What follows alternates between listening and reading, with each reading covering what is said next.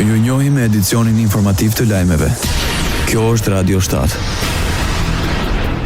Arben Taravari nga Alianca për Shqiptarët deklaron se nuk do të bie pre provokimeve të ish bashkëpunëtorëve të koalicionit Vlen. Pas konferencës për media të koalicionit Vlen, në të cilën ata deklaruan se Alianca për Shqiptarët është vetë përjashtuar nga ky koalicion dhe se po i shërben rikthimit të BDI-s, Arben Taravari tha se nuk do të bie pre provokimeve të atyre që duan spektakël politik, mirë po do të qëndroj mirënjohës ndaj çdo partie me të cilën kanë bashkëpunuar. Nuk do të thotë se bëjmë një rrugë të ndryshme dhe kthehemi pa pritur në të padëshirueshëm. Politika e lodhshme e fajësimit dhe thashë themeve është e vjetër, shkruan mes të tjera Arben Taravari.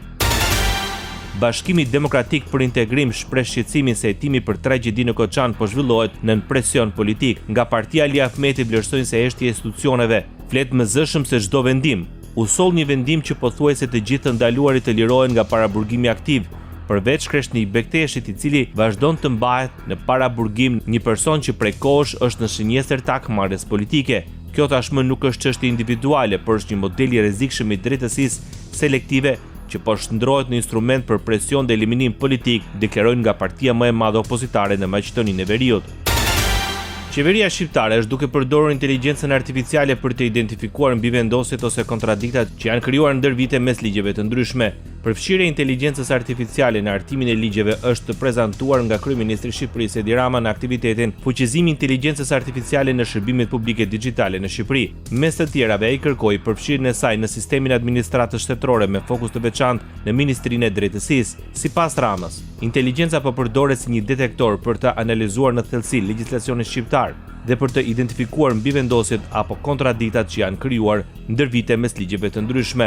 Kemi futur tani inteligjencën artificiale në Ministrinë e Drejtësisë si një nga ata detektorët që shikojnë nën tokën për të futur në të gjitha shtresat e nën tokës legjislacionit shqiptar dhe për të identifikuar të gjitha mbivendosjet që në vite janë bërë duke bërë ligje të reja që nuk kanë marrë në konsiderat ligjet e vjetra dhe për të pastruar të gjithë legjislacionin ton nga pengesat që krijohen pasi çat jep një ligj, nuk ta jep një ligj tjetër.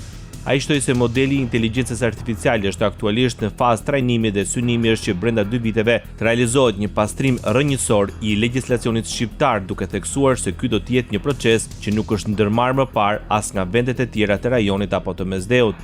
Modeli është duke u trajnuar dhe besojmë që në 2 vitet e ardhshme do kemi një pastrim që nuk ja bërë asnjë vend nga këta mesdhetarët, se gjermanët edhe Europa e Veriut nuk kanë shumë nga këto mbivendosjet, se kanë pak ligje dhe kanë shumë rregull. Bota. NATO garanton mbështetje për Ukrainën. Sekretari i përgjithshëm i Aleancës, Mark Rutte, theksoi se më shumë se 20 miliardë euro ndihmë sigurie janë premtuar nga aleatët e NATO-s në 3 muajt e parë të vitit 2025. Rutte vizitoi Ukrainën të martën dhe u takua me presidentin e Ukrainës Volodymyr Zelenski në qytetin e Odesës. Të dy vizituan spitalin në Odesa dhe u takuan mushtarë Ukrainës të plagosur. Vizita e tij erdhi disa ditë pasi 2 raketa balistike ruse goditën qytetin Sumi, duke vrarë të paktën 35 persona, përfshirë 2 fëmijë dhe plagosur 119 të tjerë. Shtetet e Bashkuara të Amerikës ka reduktuar vlerësimin e Kosovës për ndihmën e dhënë Ukrainës që nga pushtimi i Rusisë të vitit 2022 në rreth $100 miliardë nga $300 miliardë, raportoi Bloomberg News. Presidenti i Ukrainës Volodymyr Zelenski tha të martës se bisedimet me SBA në lidhje me një marrëveshje mineralesh janë pozitive dhe se priten më shumë takime. Muajin e kaluar, administrata Trump propozoi një marrëveshje të re më të zgjeruar për mineralet me Ukrainën. Marrëveshja kërkon që ajo të vendosë në një fond të përbashkët investimit të gjitha të ardhurat nga shfrytëzimi i burimeve natyrore nga ndërmarrjet shtetërore dhe private në të gjithë territorin e Ukrainës. Ndoqët lajmet shkurt në Radio 7, zëri pozitiv i qytetit.